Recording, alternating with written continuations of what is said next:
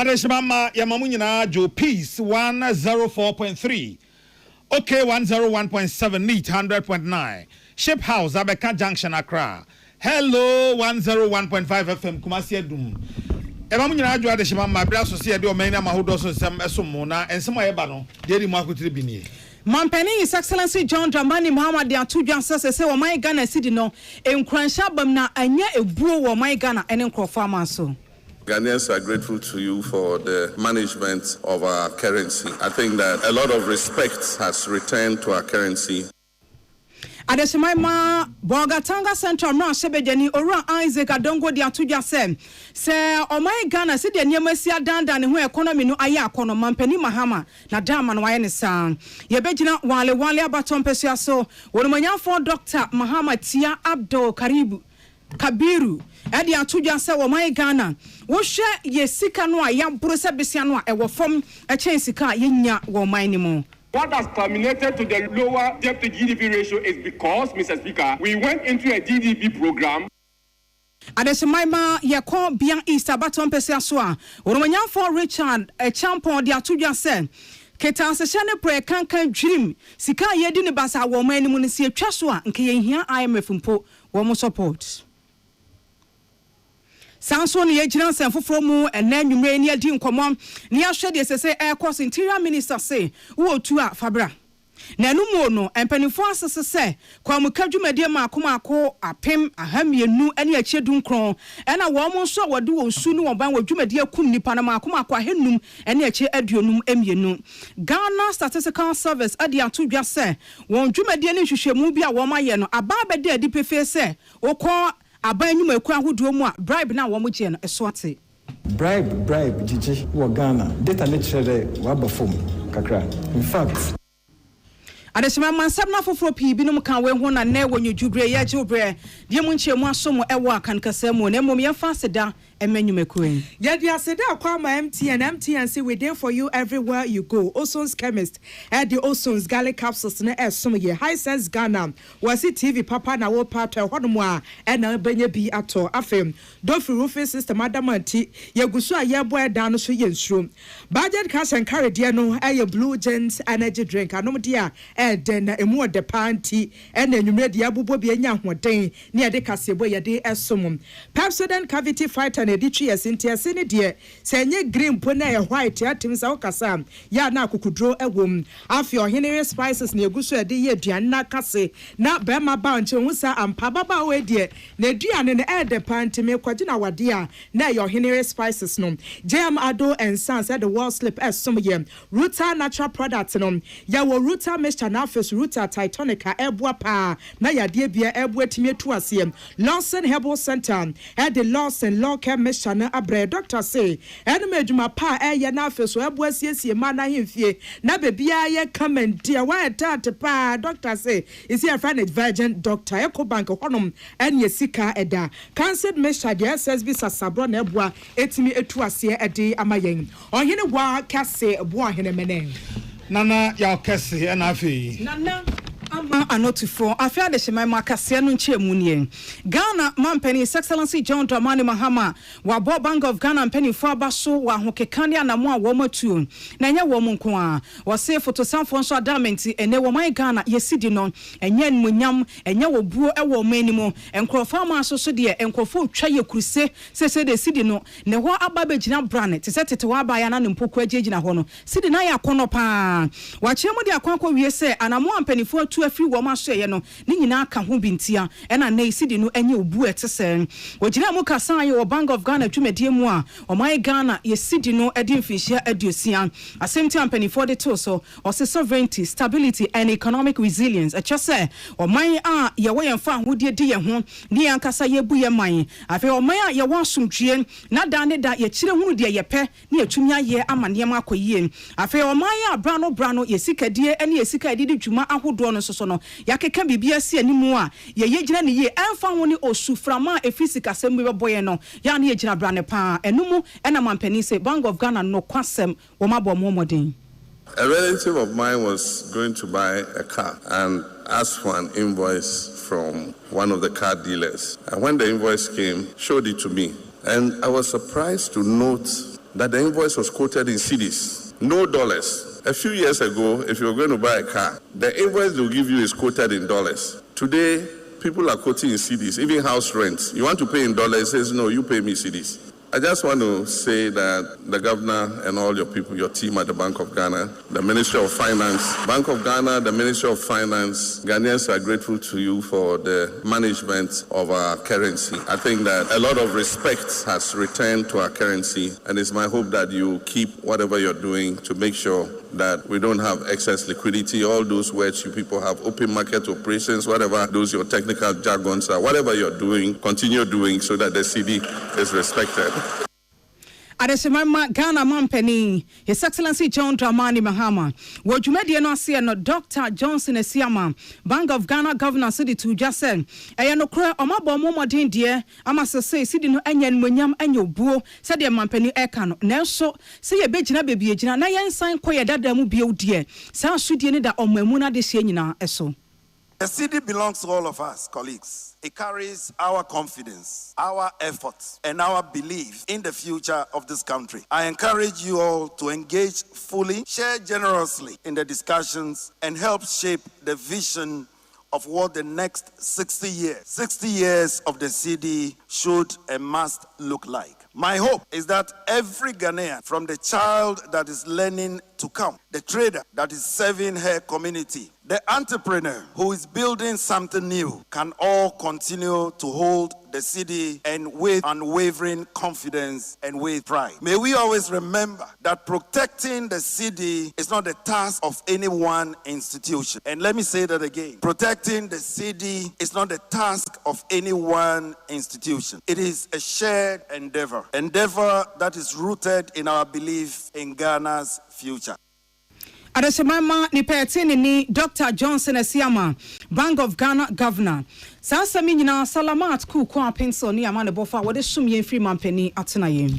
Emrashe bedwani ya wagina hode ma de hyiam wo wabo Gatanga Central Battle Empesia so Isaac Adongo na work say wo kire se NDC aba betena so Ghana Mampeni His Excellency John Dramani Mahama Kra wa ye adwumade papa pesans wo bai no na MPP abaya na wo motisu se eba no my Ghana yesika sam to yafa pem hyehyɛ na wo matete no apro na pansama se kontebe no wo twa budget part wo se sika we ne yakodi ade be kye no na wo madia ma na bro so afei se ne na esinko ye na afei bosia bo a wo team and yet ye ni chemu ewo international monetary fund sane be ya ebetimi nye sika ye de boy echi brase oman mrashe bedwani de sansem wegina to dwanadue ewo man Ghana mrashe bedwafie bre beto dwase wo hwe ewo man Ghana budget ya na no ada beto dwa se wo so afo hwe man Ghana sika sam so wakenka no ehwo approach na hyase ntini dia wo kan se NDC ababa pa de chese na nkoye wo bi kana sam se ne pe nkoye dia na kire se ejina wo man Ghana sika sam esom wo se MPP abati so say inflation ne koye a kire se bra no woja Ghana for kwan no na ejina 23% oho wo se anu de pa fesom wo koje besia ensi hu pe ejina ho no anhwe ya de so akwada wanya efficiency na chacha aye no. He needed to get a return that is slightly above inflation. So if inflation is 54%, it means that for somebody to give you money, you must give him 54% plus a margin to cater for a real return. So you could not borrow for less than 60% under the government that we inherited. Mr. Speaker, we also knew that the exchange rate was all over the place. For almost 8 years, we had borrowed on the market over $60 billion, and yet we could not manage the city. $60 billion was thrown at the city, but we ended up with the city being selling at 17 cities. That was the situation that we inherited. Mr. Speaker, today, some people are complaining that this economy, we pumped in $1.4 billion and they have never had it before. But they were comfortable to pump $60 billion into that economy and they never complained. But Mr. Speaker, it is a fact that we never pumped 1.4 billion into the economy. What we put into the economy was forest that was generated by the economy. Amrashe bedwani amanensi what ma wato aso chechem se sisi ade wo hwe NDC aban se ye ba na de hyiam what the 9.9 billion Ghana cedis na de wremu. As we speak today, His Excellency has declared that by the time he leaves office, there will be no grade A, grade B, grade C school. All of them will be schools of Ghana, and we will upgrade all of them to a level that we are proud to send our children. So if you get up and you go to a grade C school, there's no difference between a grade C school and a grade B and a grade A school. And by doing that, we are expanding the funding to Ghana Education Trust Fund, the GET Fund. Mr. Speaker, in this country, they were using GET Fund to go and borrow money called Dachi bonds. So when we gave the Ghana GET Fund 3.4 billion Ghana cedis, GET Fund will take 1.2 billion to go and service them and be left with only 2.4 billion. As a result, we were not able to build more. We were not building more basic schools. Today, we are giving GET Fund 9.9 billion Ghana cedis. That is a transformation that will lead to improvement in the provision of quality schools in our community. Nase Bejani Ewo Bogatanga Central Battle Empress Yura Isaac Adongo Nensem Anonom. Was a Ghana city ne aye krabeshe mwaye de. We a Ghana nya wona ma beti se ne wokunkum. Ese play na enya engine fort we mesanse. And this ya ban abrochumaden Emmanuel Colley William Gentu. Ene na mrashe Bejani sha ase na no sikasem a osofo sikasem so de honsem eba betu dwa no.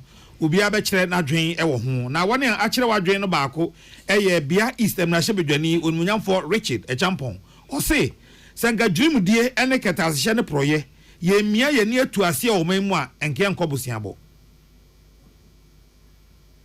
To be clear in our mind that if you are going to construct 30 stores, this is the money that you have to use to construct the 30 stores.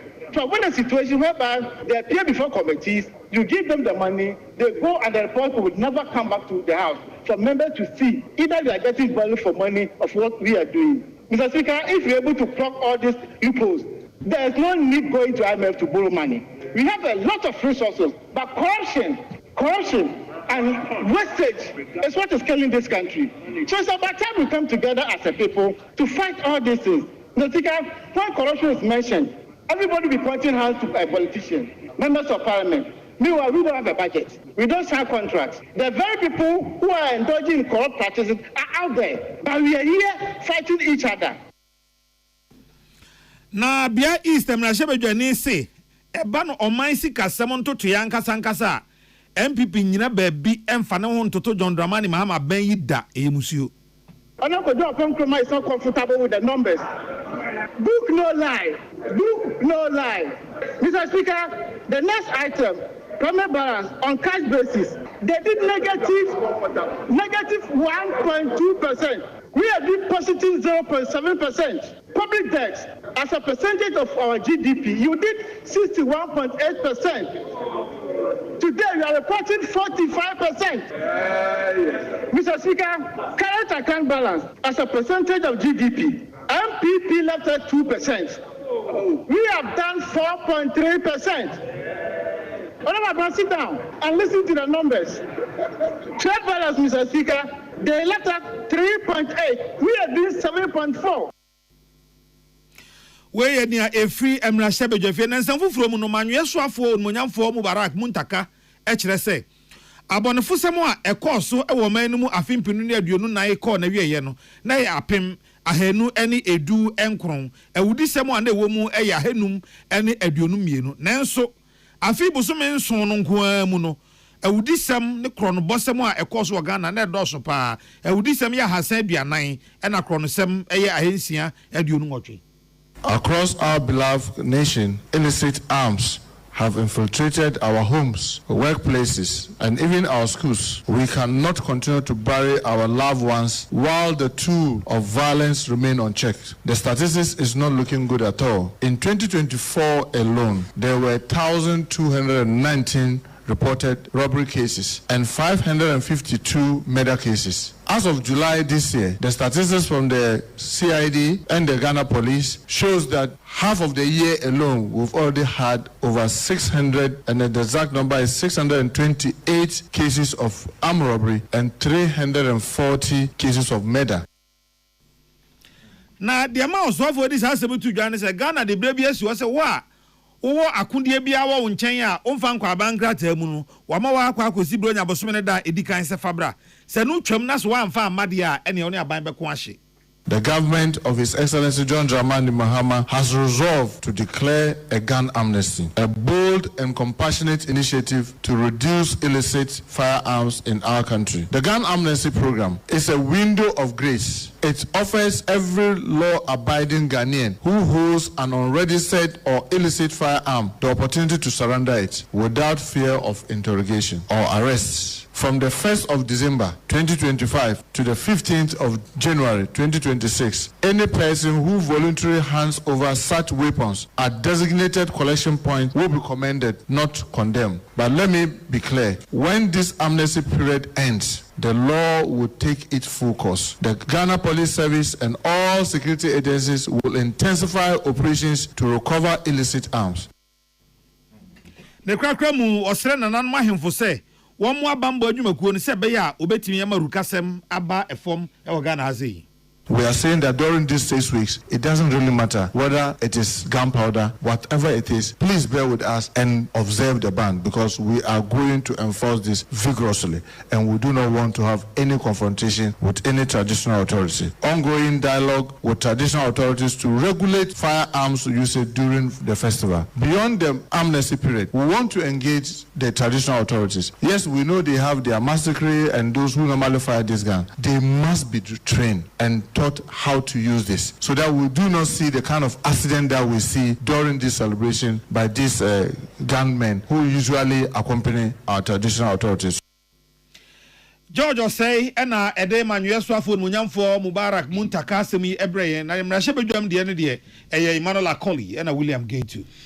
Wale abaton pesa somra sebejani onumanyanfo Dr. Mahama Tia Abdul Kabiru dia tudwasem wo hwenhye dia hodo a aban ya hyase ebo ehunse so na atoto no a enye sa na tie sa aban ya otie kunya so nkuto ene wan no kenkon atumi abo ne homode amasese wo man Ghana economy no ne ho aya akono sa wo se wo kakan wo madwene sem aban dada no a etwa mu no mampani His Excellency Akufo-Addo wo de hyehye pi egu from sa hyehye ni bi aye domestic exchange program sabre no na obi e Ghana ni dihye na woni suku bi a won krofa ma so kasa se okodi ni twuma wo ho a ehye etachie no e ma ne kwan ma wotimi etena wo man Ghana ha sei na course crop so ye no so no watwa ho afa ni bi wa ha ni nyina na eti nkrofo ka so e ehye aban no aye ya na ebua papa afa no ntin koda nchen wosese wo mu hwe a okai wo mo enye NDC aban yi nkwa mode mo e na amane wo man Ghana economy no aye akono sa na emom o man Ghana ne edede amanhodo bika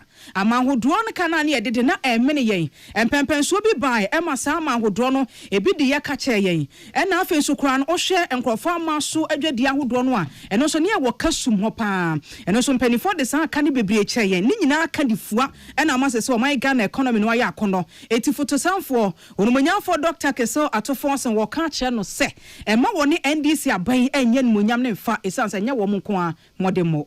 Not done anything about the debt. What has terminated to the lower debt to GDP ratio is because, Mr. Speaker, we went into a GDP program. Mr. Speaker, we had a debt standstill. Mr. Speaker, we had bilateral and multilateral debt forgiveness. Mr. Speaker, we were able to renegotiate and send most of our obligation into the future. That is what caused the debt to GDP ratio to be down. Mr. Speaker, they talk about the fact that they are not borrowing and that this is the only year we have net debt accumulation in their own budget, Mr. Speaker. Read page 185 to 197. In 2027, they are borrowing 8 billion. They are going to borrow another 8 billion in 2026 and another 9 billion in 2029 in that budget for your projects alone.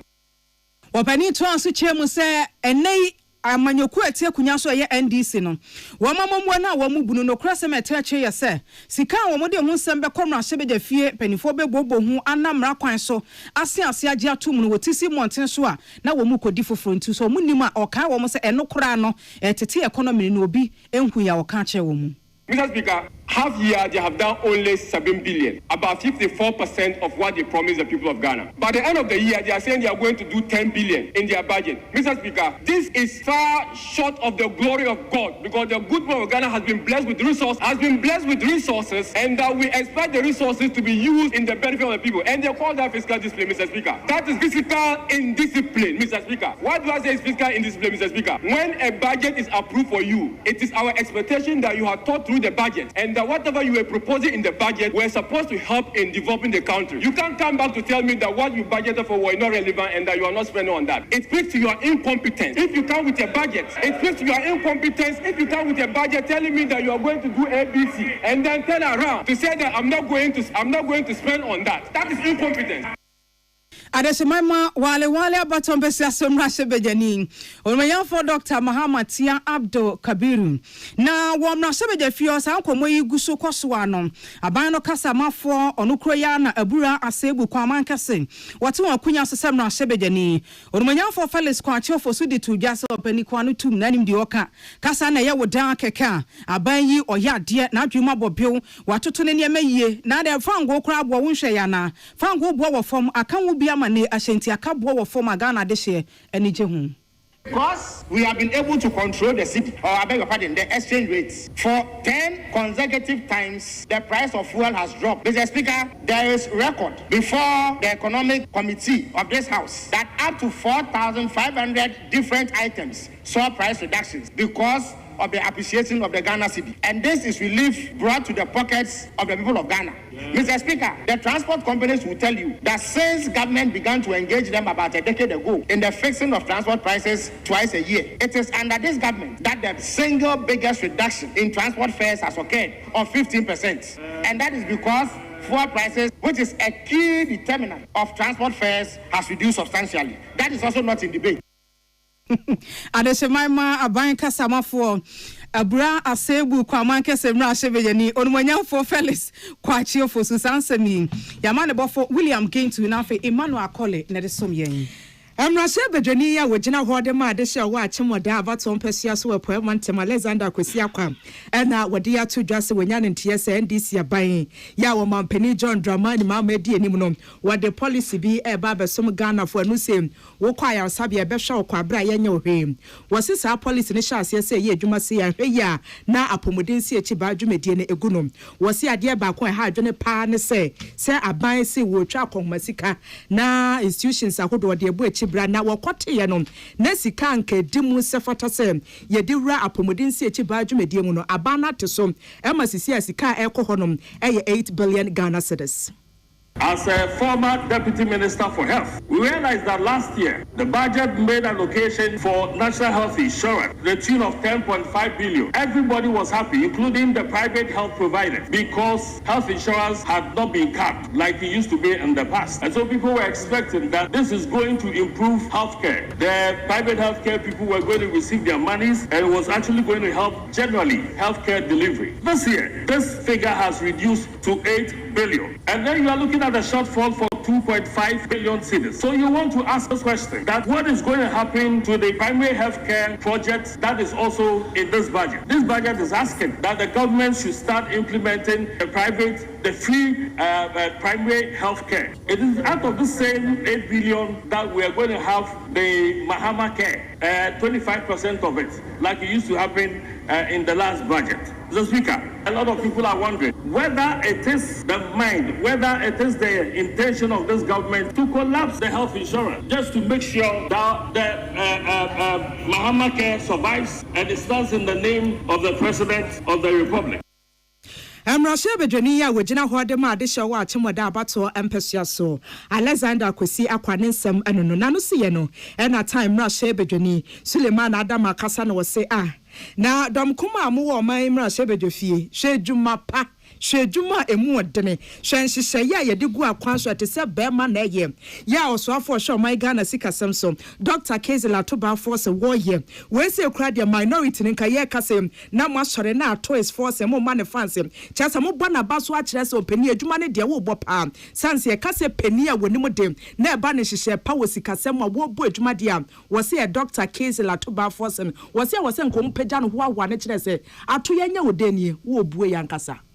Result of the pulse and the hands and the eyes that the minister has. Now, when you watch the Public Accounts Committee and you see expenditures by SOEs and you ask, for instance, a state agency like Electricity Company of Ghana, why did you spend beyond appropriation? It was because at that time there was no eyes on them. Now we have a minister who has brought an innovation to hold these agencies responsible. Even with appropriation, you still need commitment authorization. So for those of you seeking to know why the city, the debt to GDP is now 45%, thank the minister and thank this government.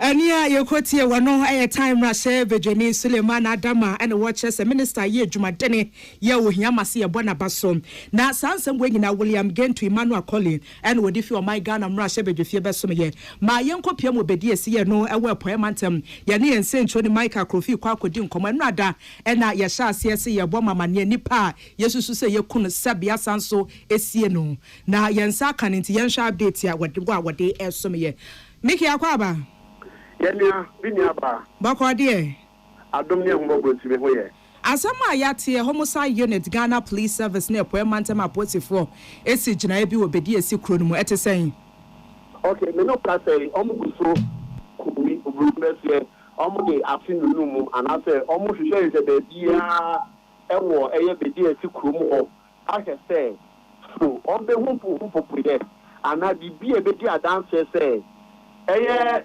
Ura yefreno kwadwo yebo a waje twishia aduanan enkono 49 yekese oye civilian employee ewo afafo adwumam etese no police first studio say abranche no yede no hwase betu dwa say wayira na say ozu se dipa bi ekunu asie no ewo bedi esi kroma epe kukratumi no onye osre ni so ne ye kanemu oye adwuma ewo afafo atena ye Oma yabo mupa na se ye mo mtijuma ohodipi na oba eye ekura na se beji esi hodoma no ahihye asrafo taade na ode don ho safo hine se oye strani aha sa no ye to uniform ni bia o hye e na afi so la course a ya cho Ghana army ntaade a tro mo ahye so de e de agum no de aba na endra e de beto ye chief wedding say abrantie eye kwete ye boy after adding the mobile phone Emma catch be say Uncle Tom mobile phone Emma no mobile phone and run any mobile phone ko and then post family who say iPhone 6s iPhone 6s and I necessary the ma already say Uncle Tom no no Uncle Tom ye no sika ama and an iPhone ama and I necessary afraid no say kwaje ebuwe ni akachi bi ye ni kwan odi ma fa so ni no say check oni say o Brian so jadi ana on train na member and this na what we here oba ye go share catch ni fie say and they be okwo di iPhone 6s no and I say the sika won ho a catch am be fie bi iPhone na ma sika ama ye hwe de be bia ye hunu eno na krom ho for the che say okwo say fie ho no eto kasa di makum afa trading o man ti fie bi anakoje e bo beba ya wo fufu awi o we omo hwehwe de be bia be to se me no ka say enya ade a omo hunu efendra e no no ne bra esi mu pampan e de asem ko dan police fo a omo te eye atemptafo say omo ni abema ono ye adwuma no po onko ye no omo so your friend eti police for no throw wo mo secret so say or your friend na wayira say kwara of aso yire mo makoche eye branch no ko to mobile phone ne papa e mo ba bisan be bia o so ndu ho hwe le ban wo nsa we tane eti say asem na ye enyan eti na ye kasa na me say asrafo ni bia ba ho no ma omo ba police for hwehwe mu enne ni abeto mu ne say eye homicide unit e wo post atena ye a omo o hwehwe nipa e wudi sem ne e ukasem mu sem mu ene police atena ye we pimantem ha e omo hwe eye e wudi sem ne kita hodie so atu nyapa e kura hanom ni oba be ya so ba be hwehwe sem mu no ma hwehwe say catch no so enye bia se ne yete be say ya body tuo akuna sie no yesa anasa se bio bibi foforo na esi bia na ekira so tibiro ka say ye obedi esi hadom a omguso eto to kofa no ehwe hwenyo be ye ekire ye be pio mu aba bia no ye fa ka ne ye tie fotina na ye wa asem no eniye ebre ni sha edie tie mu ma abrante ne papa no won ka hwe e betimi aboa ma posifo akwayire no brante papa fiti an ba be otumi bi na no mo say le banu na said run after baby, and after what they be on to be baby. Papa, you could do what no so afa.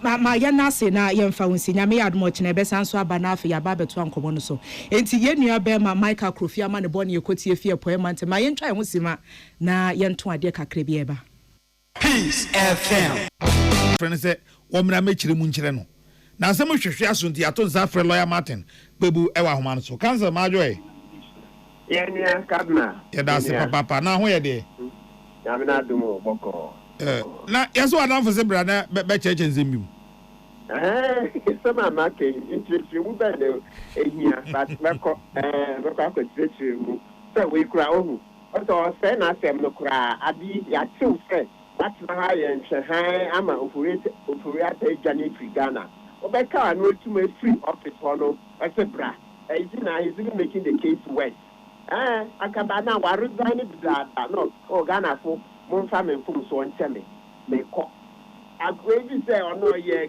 King Kong ama brabe church na we hia they say ono na ka say ono onya leka no fu ata chro say or America no also nya o say I intercepted it we intercept you and o say oko NIB former the friend of BNI no o ma mo and I know crowd there are true. My book a crazy or NIB side. I must say you could Nippon and the South one maho, or you will good letter. Sandy Panamino, Casano. There is no way out this letter because NIB or no, oh, good letter. No, I say there be the person may but sources. See, I know Crano is contestable. See, I know you are the better petition. No, they say, Kisi, you are also a baby because NIB announces almost one fat a criteria myself or arrest warrant, won't say a Ufuriata money or sit on my yes, sir. And she says, I can national security. Into other national security soon now or Edward Asmenu, or maybe in the one. Near say, or no, I keep it being by or say. Wa me na me ti ofuriata na also onye na also be ya no but and I decide we be bisa penyimu say David or no where who crack idea or if Kisi has that letter also letter now or the call NIB say or we ti ofuriata man na o manye no on famra atronko a ahwe masa o man we ya ho odin cancel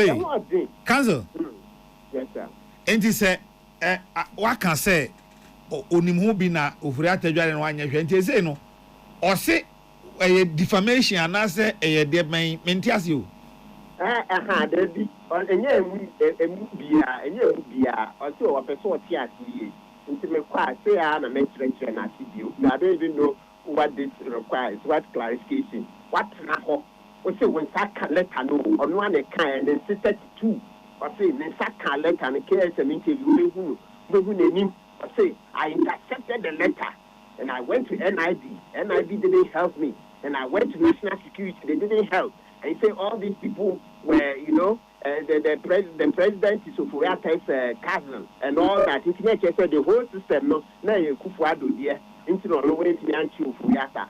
So see NIB for no much David one sakrata dia mahono. I can be a national security. I'm some member of you or Council. Yes, sir.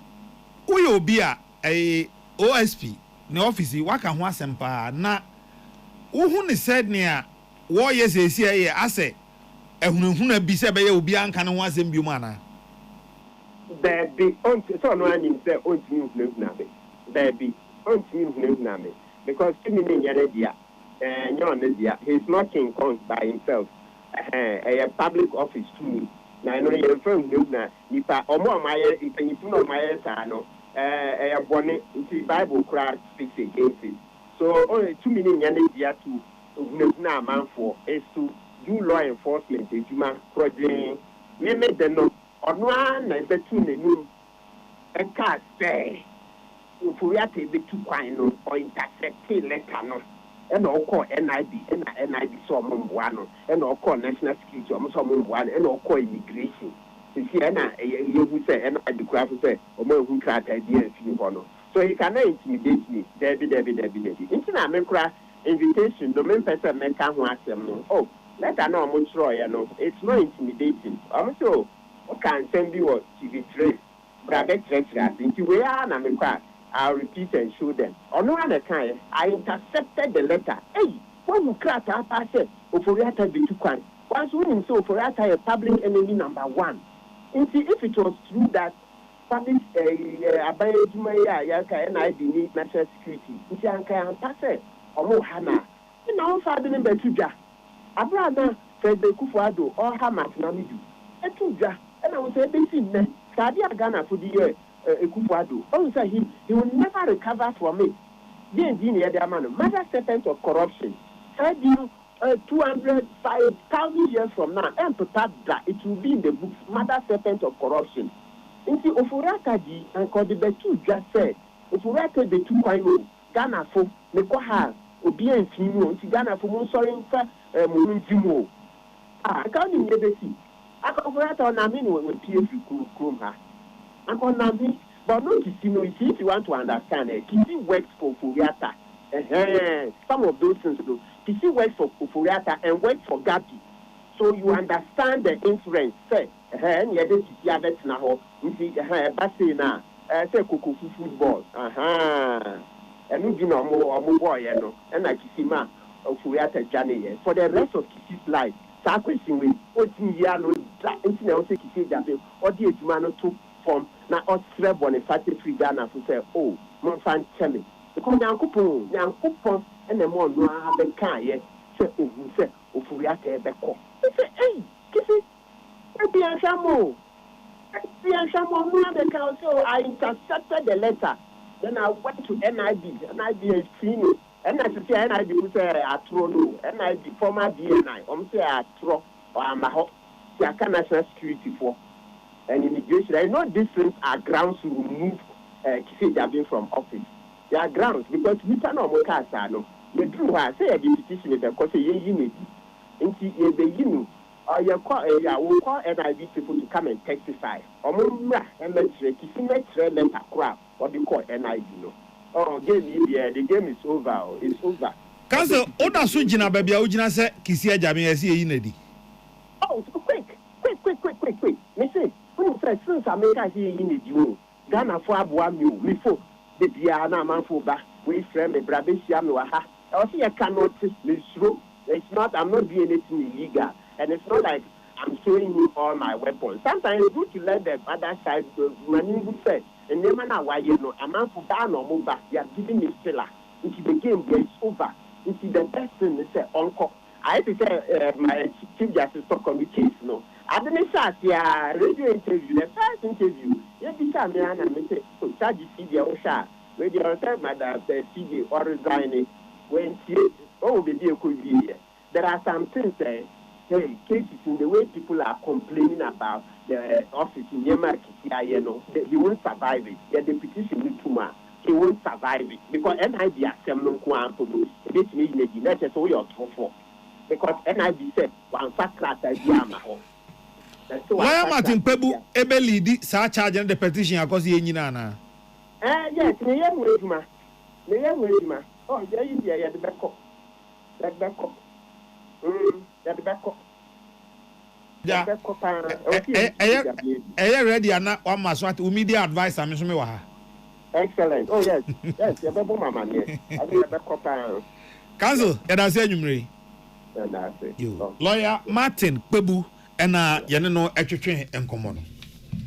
Any Dr. Gideon Boako say Wakama abaya ti asese say inflation no agina 8.0% a wode bo no safo hine no ontie no kra no wontie ne yie enye wono ene yeye na emom ampani akufado aban na atwa mu koye no wode amammo mu hyehye mapa ene sikasem ntete mapa gu fam na saa be na akwate se aburoba wode awura asase ase no na wugu sunsuon kakra fe na na ehihim ena fofia nto ata ye to aba wodi ntwo enti wakoya pe ana aburo no so ahya ase na ni yetete sa na aburo no wapie It will catch chairman penny. His Excellency John Dramani Mahama say, and you know the beton su papa be the goose near the Bruna chance as no say, I him the dawa and the nibe pie and intin and the old disun fast one on susu and fan of man one some running.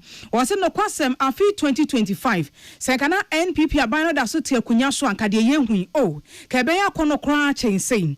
A son sense shaya no mudia good form or mudu muhuni, na no motiase, na no munim se enche, Sansa shaya no and fasobe basopa. Or say abaya or tea kunyansin. A debia woye ni sumasia Ghana de shia drink or so ye say. Sika would be a wasa a qua buying you may qua would run. Why no so per se, and di kwa Ghana this year book commitino, Sikana su dias when yai sika woman and crofo more chireno, or say a new woman Ghana for hydrogen cost no niche papa bia at the sum Ghana this year. Your incompetencies combined with poor revenue measures, and you are unable to execute your budget. You don't call that fiscal discipline. Rather, this is fiscal indiscipline. Whatever you presented to Parliament and was approved for you, you must spend it. If you don't spend, it is not discipline. That is indiscipline, and the minister should know that. Mr. Speaker, what the finance minister has done ultimately is to cut the fiscal expenditure, reduce the fiscal burden by cutting the fiscal expenditure. And so today, Mr. Speaker, if you read the budget, the goods and services budget was cut by 44% from 5.1 billion to 3.8 billion between Q1 and Q3. Capital expenditure was cut by 66%. Approved capital expenditure was 1.5% of GDP. The minister did only 0.5%. Total expenditure on commitment basis reduced from 207 billion to 175 billion. The promised 50 million for Women Development Bank never materialized. The promised 100 million for Coders program never materialized. Adesema masa do opinion ya bra woka se ni bra su nyina no 2026 budget no nkomo na onya akwan gina simpie so na sebeje fia wo ka biem. Dr. Gideon Boakon Wano na jina mse tano no fa baton pesa somno asebeje ni Emmanuel Akole ni William Gentu ya mane bofu ya dama na sansemi odesumye. Ye to akase ebo so aye de ni chiremu ewo ensemfoforo eso. Aban ewo nkontebuo aso aye a wo hwe ebu nkonta akire Ghana fo na adwumadi a wo mo ahyehye na ebremum eye governance series wave 2 report no wode epie month no so wo mo koyeye efa bemudie ye ekoso ewo aban enwuma hodromu wo mo edikan aye bi dada wo mo ye no 2024 mu enu se bemudie na ekoso pa na ejina 18.4% na nyankopon aye adom ema wode atudwa wo chese wave 2 idie eso atekura 4% penny free so aba begina 14.3% ya akwa ye ni desem edi ama Ghana fo na hwehwemu no atoa so a kire se Ghana fo kuma bi kire se wo mu so akora kitu ani ena sisi akora de wo mu ayoma dwene se koba ne se wo kwa abanwumam na nipa no ya de bi de mana se bi a mema wa kyede na sefo no ya no wo mu twetwom ho pa wo mu nya krado so mbeye enu sa ne data na se nkontebuo ne kire se eso ate hwan abafom kane na nka gina 8.5% hisi ade aba begina 3% ya wo pani ede tudwa watche se mu ye yeguso a ye pem ekoyenim Dr. Al-Hassan Idrisu an wato ne boase kirekire mu se ne ye kan se katasehye ne proye dwumdie kankan no empepin ya na bemudie ne se esika pa se wo bia ya ade ama na afem wo da na se na brown envelope ne so no wo se no ne ade empepin ne ekoso na kakra bi na ya empepin ne ho no mu a ya na eya kyede bi wo so kra na wotimi ka kire so de ye ma menyame ya adom a onioma na efi metimi abefie kra ba besi anansa nhyehyɛ foforo bi wɔ hɔ no wo betimi ayɛ adiama wo se saa titu ya na emma pa na ye ho bomu pa o wo de ye ma me wa kyɛ de meto alewa kora adiama wo se ma no na ɛyɛ sam ɛna afeso efe bi kyerɛ se o se wo mo ade no ankora gina hɔ no se ade wo ya ma me no aso mani pa ntimi ya na me firi makomem na me diama se wo se kane no na nka 2024 ejina 17.6% so na so sisi ya de 2025 na firi aba 32.9% ya wo kyerɛkyerɛ mu a wo kyerɛ se emu ya na sesi ade Ghana for ya tenhyehyɛ biase ya te enwoma biase se aban adwuma ya makoya sebe me kyerɛ se wo nya ade we fama me no mo asɛdeɛ ne wo mo asodie wo de sansem we gina kotu dwam wo African Statistics Day 2025 dwumadi e course so wo enkran bribe Gigi wɔ Ghana data ne kyerɛ waba fam kakra. In fact, from 2024 now the proportion of nkrɔfo will access public services which are bribe and what a bribe fi wɔn hɔ waba fam from 18.4% in the wave 1 which is last year 2024 to 14.3%. In Tasha, there's improvement in terms of bribery. Now, secondly, my young one is there. In Zaman, my bribe. Usually, I sika na ya odos won papa. But your home observation be observation is there. I wanna my favors and my voluntary gifts. Even say we access public service na public servants in Mbisa here. I wanna wo peda wo mabibino. Them proportion mom na wakoso. Na eye aza oha adwen kakra. Dr. Idrisu Amanensi one man was say highlight for 1 year de biada wo da soro honom eye MTTD ya wo she Ghana Police Service ase ye nananom ye nuanom aposifo ya wo mu gina kwa so a ya na mpempi no 1 Ghana cedi na se kro mo atum wo se ya na wo mu pe blue no ana se red no 200 na woni bi kura na wo mu account kura no wo mu temeje se ne be obetimi ama ne wo mu sika wo mu kire so wo mu de ba mu de no wo mu guso a wo mu je pam na wo kire se ewo 2024 report na wo mo ye no na nka bemudi aposifo no edge what me kire woni agina kwa so no na ye 61% sisi a ye ka say 2025 nyamya ya dom emma eswate aba 51% ya wasi wo ham nchechemu du na efri so nanso ne nyine mu no wo mo na edi kan ewo bemudi agye ho. Yeshua, so MTTD, police, still I'm on the top list. In fact, one bribery this year, January to June 2025, now 51.9%. But then 51.9% on the top list. Therefore, the top 10, I want to can first. And start the public utilities for NABA. In fact, therefore, MTTD, then the next one is Police General Services, and sana public utilities for NABA. But even then, the parameter there, then 51.9 Akan, on the Conaba for because last year, no, it's 61, no, I'm 61. This is year performed by about 10 percentage points, which is positive, but still 51.9 is over so. Today, Juma, over form.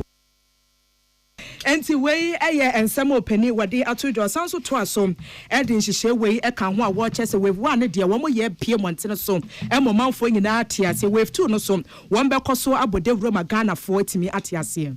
Bribery in some you can't inclusiveness nature there say citizens how they are included in the decision making process, having a say in the decision making process. Honestly, I wanna young for one kasa nye juma decision making process, then ratio maba form, which is very good. Now another ratio so also or your good ratio or responsiveness. Citizens what feel there abanti one sem. I wanna what's abanti one some cry. What can some abanti aban fan yejma and I will need influence. Them ratio no so abaform. Ratio no so perform or yasem papa. Ania yakotie ya ban kuntebu for penny Dr. Al-Hassan Idrisu and wenya abotire acheche musansam we nyina Abdullahi Dasmani and the besum yen. Emabunu bi ewo atwema Nwabiaja South. Womo ebo abanka chepeni onmunyamfo wisdom osebo amasobo se sabria ye ka se wo pa abanka chepeni pa galamse oye bi pa eye sa kra chepeni no a ohwe atwema Nwabiaja South mensiri no eso no. Na atwema Nwabiaja mensiri mo mepam chew atwema Nwabiaja na nasam ne se papa yi esanse mampani ahyese mo bia nko kwaye mu nkotu gudie ntino bia nim sanka sa na beye nenso emrante ne bi se MC Boapa Jiska eno wama kwa mamamfo hye kwaye mu a womo etu agudi a enam ne kwan so na sa emaburu bi woma ye omo nsem bi video ya enenam Facebook so moma yentie bi so ye femi Mohammed Idris no watchuma Nwabiaja municipal enne ye bigina camera yi mu anase ye to ye zafre mu enye bone ye MCA a o ase ni ye konnema bi ye ni nje ho ye forest reserve da ho no na wajai dia mamfo so omo nkono mko tumu galamse na omo nsei no enti say a man for forest one man to galamse a obi omo fuom wo honom entimi nkọ efuom omo ntimi nkọ obi ankọ emma ye MC nsana sha ase o se sa nipa na ode honom ama na je krata 2023 we airline so e guide me obi a so entimi nkọ forest mu no amodema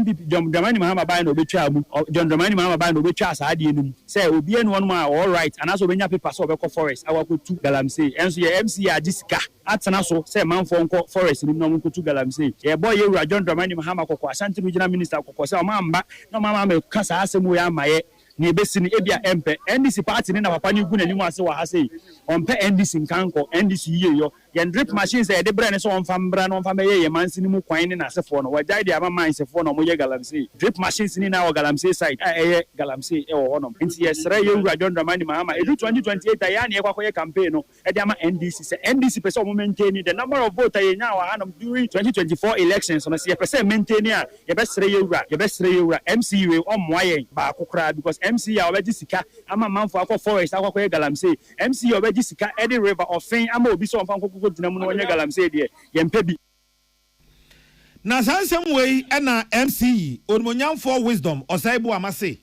obi a wate sansem wei bibia bogu no osaibu ama wontimi nguma mpani animu aseda ensem bi se a emrante ni bi keka na nya no kure ba ku se enim no ni wiase wade wo chikura ne galamsey wo chikura ne daim kura galamsey ba ho obenyane wo mpe galamsey anim kura hweba bia tiade no mode sa so bo wi ebo no obi amungu nya no kure mi science so won so ni kumofo said me ma dan kwa me fo no woni sa nkontin fo no ene mranti won mi hia nti me kwa me sa ton sa firi kumo assembly man ene mranti kumo nyina so mo mra municipal no mo mehwe na me nchechire nsem mu nchiro mo se opinion den krata ba nti enwe ko na be fa so kumofo so be nya mo so tia responsibilities every no no nti honum na ye ka kusiye apart from anominia me sori a me madwuma enya me manfo ye kwan nya me ni die kira me ibiti maboama achomano biaja de share for mutuma bafa imi bizami ame mine na nkasa no I'm not into it nim kwan kwa fa so ye no na me chi obi aso kura chi monye esan se o mampanyini atente sukoko e de akyere se wo a wudi ma ado be disa ade na chibia no ana e betu di e beji okunya fruza tabi if di amanyo so maji ache afi na nyame ahye anyonyam enti di na ye pena sa azuri a o se ye de nkoko for sa na enu no kure bi ani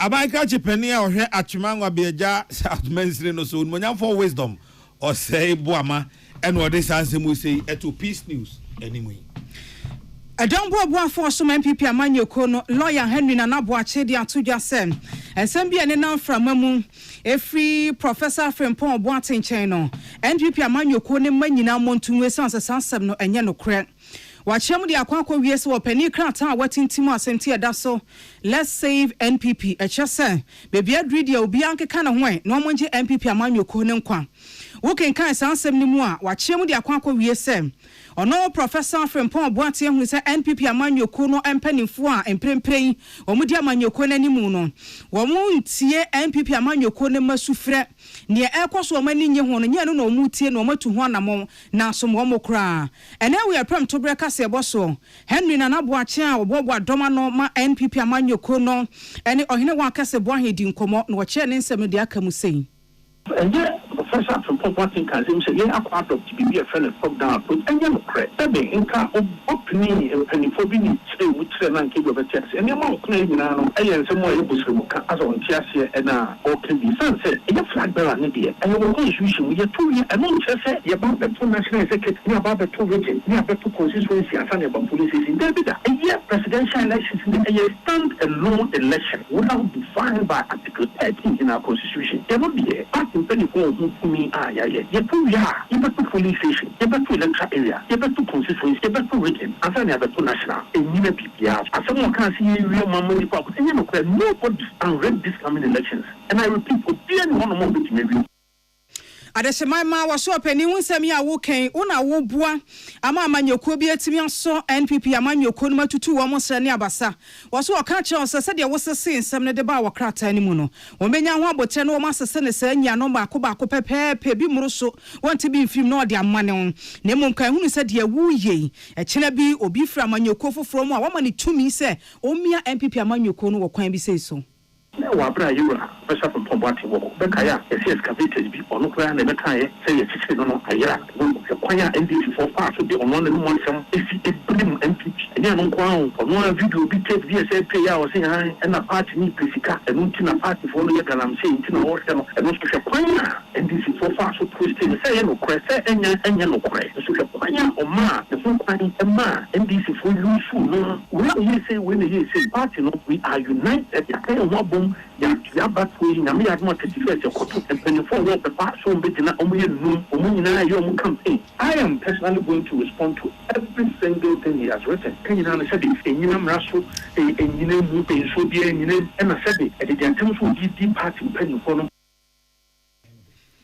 Adesemaima don boa force men pipi amanyoko no lawyer Henry Nana Boache Nana B any other friend no.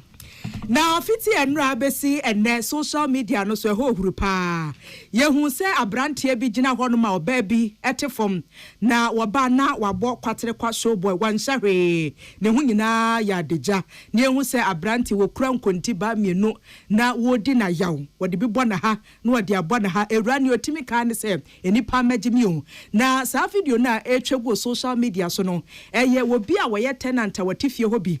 Na wo hu se ne maame ye dufu na ye bro na na hometinti wo hyene dem na teams wadifo na tawodin na wo twa ne kama wo wie ne wo che se ne be ya Ghana fo ye be hu ne ekoso na wo hwe no ada social media no so bra na video na trend na wo bi obehye bia na Watage Ghana Police Service for no wadi amani wo say we ni adebonesem a ekoso nkramantem na anya bronu bia se ofanko ye no ga East Mensimu ewo enkrapomponi mantem enam so ma Ghana Police Service mpeni for bo amani a wo kire say papa na wodi sansem hunu ne sansem wone no ye se ye nsa so ne paachi enye onu nkuto ne achi na emom ne nuanu mienu so ka ho pa adan ya wo kire say bra na wo bro wo ba no ewura na wo hye ne dem a ne wo twa video no enuanu mienu ko no so se wo mo so kra wo mo kobo no ene se aposi for chese wo meboa sa ne be ya hwehwe ma pa betimi akoso na ene wie pramto bra kase boso ya konama eto nsafre peni okasa e de ma CID Chief Inspector Bridget Babanawo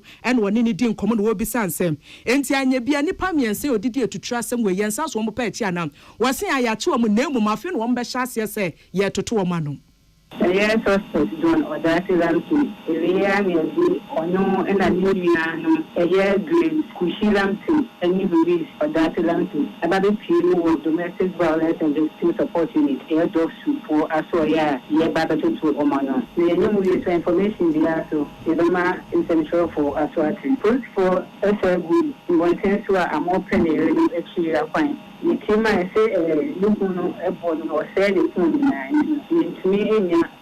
Number beyond from so and I say yes number the number let's see be or yes what you for the Ghana food and say we will information give us now boy and am I who the fire or more contacted nearest police station yeah information and I am born I am one of my Penia wakasa edema CID ya washe Ghana Police Service asem Chief Inspector Bridget Babanawo ena enewie wani ya kuna madi nkomode sansem we etudwa wa manensi hwanu mu a ena akasa ma for the International Federation of Women Lawyers Madam Rebecca Teko Sabaya ne kasa no se na sense asem we de ya bonofo sem ani kwa se Ghana fo yetna etoso we na Dove Sudabi wase ye wi a ya nhwehwemu nyina akwa akosi no papa nankasa yemfa ne nkokot dem enkodi nasem. In fact, Osha said now, and we condemn it in no time. And what the Obebia echo to this type of violence? Into yes, say Obia guys are now yano. Now Osha Domestic Violence Act Section 1 no talking about physical abuse. So something ya pay boni rena. Pure physical abuse. Oko criminal acts and so on. And also can Osha way assault battery can and it is a straight criminal issue. Finance, Yababwa, Ama, Asemi, Ehun, the end. But Ghana, Naka was here, was safe houses. Victims of domestic violence. Ombeti Wako, the council omo. If you are Ghana, Hosha, safe houses, no. That's a new penny. I was here, every district.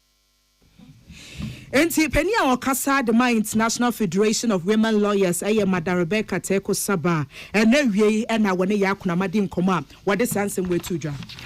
Board Chairman of Ghana Integrated Iron and Steel Development Corporation and Dr. Richard Esiedu edi domanim ama won makwa ko nhyiamu kase bi ewo Birmingham ya ewo United Kingdom na san nhyiamu no asem to de ato so ene se Ghana ma wo ewo akwantuo mu se wokọ no nyina bom na wahwe enhyesae anan enhyehyɛ foforo a wode beba ebetumi aboa ama amnamudwuma apagya ewo Ghana ase na ebra okasa ewo sa adwumadie ase no Dr. Siedu di tudwa se Ghana de sha wonum ewo akwantuo mu no ye kamera mudwuma ewo Ghana ase ne ma bebre wo ho a onum betimi aye e de aboa ama no atumpon na afei esan de sika nso so abre wo mo na wo se enhyehyɛ no asesei wo mo eye no opese ne ma mu da ho afei woni e wosika wode bi ba be hye mu no so so no wo pese wo mu nya musika nso mfaso na ye adwuma nso e betra ho afebo am wo mo na afei esan ye adwuma nso so a ebema Ghana fo ko adose so mo osika wo mo de hye o man adwuma mu na no na Dr. Siedu eka se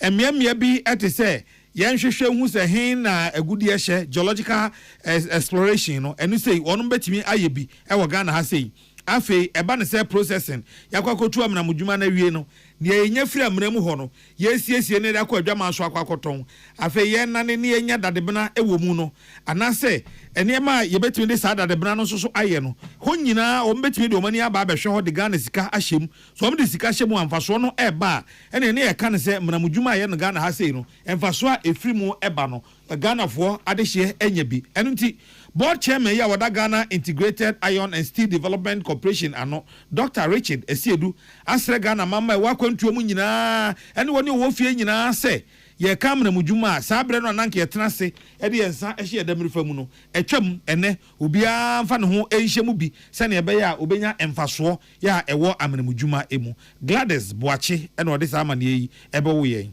afei yemfa afisam no home ewo Team Legal Wives and afe Team Side Chicks eso ye ka Team Legal Wife any Team Side Chicks no a na eye Daddy Lumba na ye hu asemu ya de ma Team Legal Wife any Side Chick iba ye nyina ye se hwan na wo hu kwan se wo ye Lumba hu kuna no kuna hu asem ena akwakọ bie kwadwofosu na daka so a ne ntoma ahya daka mu anka Ghana fo hunu ye nyina na de ababeda adagye ya ka se yenim se asem no ewo court ama ene Lumba ni nuaba Ernestina Fosu adoro afa na kosu abepoma ene wakwakwa kogina adakam edi adanse na ebra lawyer etoto na no bra na akosu abepoma gina adakamu no o se ewrabi no ayefre no Priscilla Ofori ya adoro afa no odobroni no ono akosu abepoma wo ye Lumba ni nuaba no onimu da na onte so da se ya ware no amamre kwan so se de bema ekosre oba eware no na ebra ene wogina daka mu se dansefo otoso mienu ema akosu asewa ode asem no ekoye na yetoto na no ewokumase High Court 5 na temuafo her ladyship Justice Mrs. Dorinda Smith eti adwamu no her ladyship Mrs. Dorinda Smith Arthur eti adwamu no akosu abempoma kan se aware de yenim se efa amamre kwan so ena ekokoye onu no ogina hobi edi hu adanse ebra Daddy Lumba ni nua bema no ekokoye akosu ase wa ho ade nanso Priscilla Ofori ya efe no dobroni ne de wono oba pa Ernestina Fosu wa amfana ni ahunu ba bia Lumba de nsa koma abusuafo ekokoje na ware osan kan se onu de nia onim na wodi hu adanse ene se ni nua bema Charles Kwadwo Fosu Daddy Lumba wanya ne ba bi ekro no akosu ase wa Fosu ene oba Daddy Lumba kokosre na wade eye amamre nyina kokoje koje obey ba ni fie se eyire ya wone ne tena ye bobra e wo Germany wo se dakro mo kosan wo court wono akosua no wo hobi ye akosu ase wa ho ade no wono Ernestina yi no wo gina hobi enti se ye bisa ne ne wo court se hwan na ye Daddy Lumba ne ye yire a wone de asem obeka ne se eye ba akope akosu ase wa a Lumba ware no wo Germany no wono a na bra asem no ekoso no o se onimie pa so wono odi ho adanse wono Ernestina Fosu no odi adanse se akosu ase wei eni ni nua be ma Daddy Lumba no sha ai fridge mu yi wo mo ka bo mu kokoje bosia 50,000 ya brochire fosika o 50,000 eni sika o mo bob bosia sabre no na no na lawyer Dominic Kwadwo sei a wo ye nia yesu no anase de yakwa sama no otosu mienu kwesi kokko beka say second defendant no ne lawyer epeja ne say there be my lord sa asem we die enkan kuro no aye bo no ho teja ombobo no ama anoto ano ekoso na enese na fosu say ono na oho a no oba Ghana no aba besra ni nua ne oba say a wotumi ye shopping ekokogu ni nua ifie lumba fie ho ne ni nua timi ka kire ne akoso yakodi dwa breme na wakwa kodi dwa na edwa su no odi a edwa mu oduro ono na oti Germany wo se de na ni nua be malumba te Germany ho no bia na wom se onim se ni nua lumba woni odobroni ewo ede nanso se amamre mu no obema ne wo a na nkire se wo ye na yire wo no ne wa wo nkire se wo ye na yire ena woko lumba fie won so ohun no bibia ne wa kire se ye de ensa bi akosi akwakotu ewura ni trinsa etu ono de na dwene mu nia onim ena de odi ho adanse ni nua be ma no so tiase no wanka nkire ne da se kwakwakotu oba bi trinsa ewo ba bi na kwakwo wie se owo yire mienu ni onim a ne se ni nua be ma Charles kwadwofosu ne yire ya okokọ sere no firi abusua ho ekokotu ni trinsa ene akosu asewa na emom ewura bia ni ho a oka ho a ye fa ne Priscilla Ofori anase odo bruni ye nyina we so ho me kase ebo no so na ye nya boafo nkrato e be ba sesia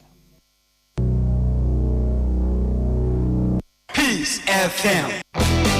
When you're going to buy a paint, don't look left, don't look right. Go straight and grab the luxury Allegris paint. No be any painting be paint. The Luxury acrylic paint. Paint me champion. When you're going to buy a paint, don't look left, don't look right. Go straight and grab the luxury Allegris paint. No be any painting be paint. The Luxury acrylic paint. Paint me champion. For the idea too bold to ignore. The dream that keeps you up at night. The plan that's waiting for the right moment. Well, this is the best time to make your move with Stanbic. Our rates have dropped. With our personal loans, vehicle loans, consumer finance, solar loans, home loans, and credit cards, you can turn your plans into progress. And your next move is unstoppable. Visit stanbicbank.com.gh to get started or call 0302-815-789. The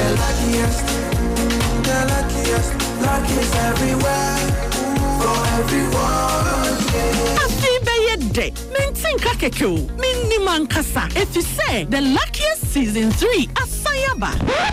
Afi mami chew kwanya obefa so nye o ticket but star 712 na di esise no so to ticket ana se ko internet no so na bo thelukkiestafrica.com se bia me community ticket no so na you lucky number ubetumi so ama system na eyibi amount share ahia wo pese wutia every 1 Ghana cedi kosi 5,000 Ghana cedi ubetumi mpo ato ticket no ama obi foforo ye obi hero wo pese wutia enye den kra sa wo Ghana for mobile money tia na sa wo amanone dia for bank card tia ticket baako ebo sika no ho empay ahanum 500 times we ye massa ye pay the community de benyanso betimi aye emohu edu 10 times inti yen kambom na yen lucky na lapo baby ya shawo hoso enye ma wona wondi infie du watching luckiest jumedie yi enele imrata chire wo Caritas lottery platform no so.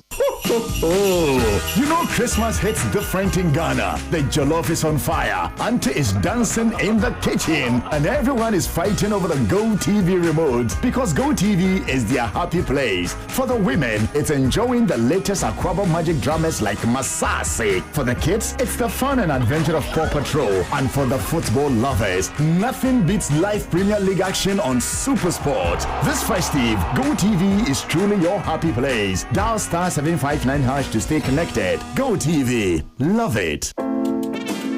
No matter where we are, Africa always calls us home.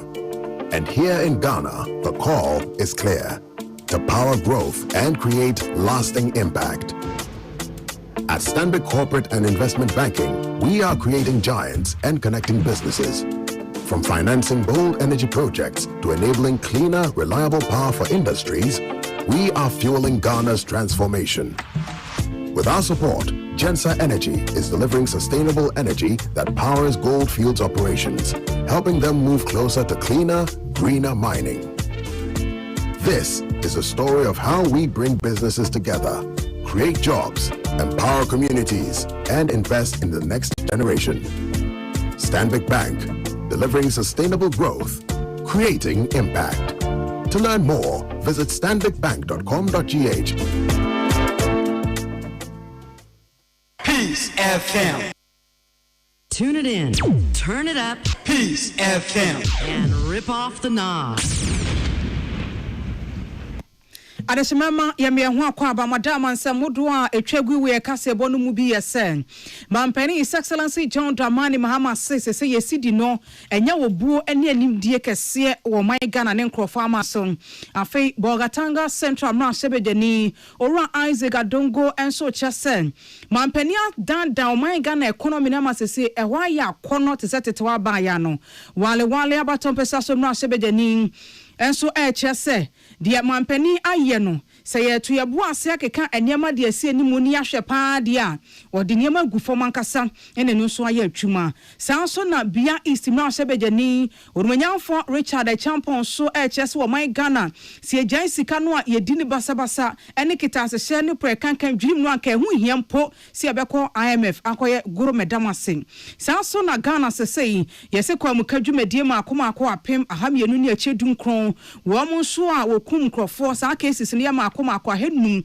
acheduonum mienu we nyina mu esi 2024 Interior Minister se ukite tuo na yemfamfa aban kratasemu a fatuo no ebra na onye ho hyehye mawo Ghana Statistical Service de atodwa se wo ma ye hwehwemu bi na sa hwehwemu na betodwa se aban enum akwa wodo a wo Ghana ha ne ondwumadie mu wo je bribe no sesei eso atwan ne yankase bonusie ye na amoto yanka nwumre ye me nana ya okese me na anuanom nana ama anote for enafe ohine wa kase bo ahine sida aseda ekodi ama Osons chemist for ahoode ne beba kama na bibia koye dia obehia Osons garlic capsules no ena MTN say we there for you everywhere you go bibia wo fe bia na MTN ene network e wose wutimi e use so Hisense Ghana was TV now per fridge and as a gas cooker washing machine smartphone sound system dia ya ne wetimi aba wo mo akache ne timi aboa kama na oshu wom ti esi no ya ne waso esi so Hisense Ghana dear womo yard papa ebusia fre 0302550000 0302550000 afi dofi roofing system same and chance papa edi crew dance no na kache na womo etom waye nhihye de ama wani osika fa controller nchem enti ye ka ne sisi ade oba ya afi ba akoko mfirihia miensantem na wetimi edi etua office no ewo East Legon womo ben Trinity Theological Seminary fre si number so 0543-661716 0543-661716 and as 0243-232818 budget cash and carry na wade Blue James energy drink no asom yem unim se anom dia ba ko wo taste pa wo dwama so a ye nyina yaje atomo vitamins any nutrient wo mu abua ma ne pedua nya hodem ejina ne na so ye bo adwuma saa de mu nyina won tebre kwa na dwu nyina e ma timi no mema timi nom enu nti we die eye de ma dwuma die bia sem eye Blue James energy drink na behia 0208-128-190 0208-128-190 afi 0550-010000 Pepsodent cavity fighter ye de twi se kama no pane anwumira wo kodam na enu se flavors ne dosom ye obidie die ye lemon die na afi so herba die enti ne pa no woni je okwa no akwa akotom wotwi a twiwusi ni nyina yie suro ni ase nyina osin komo na bibia ntimi nkoye nya fufu okra na at least bibia betimi akoye edi amount se mi yana me de ato so nti ye ka ne sa no to free line we de wo fra enya de ye betel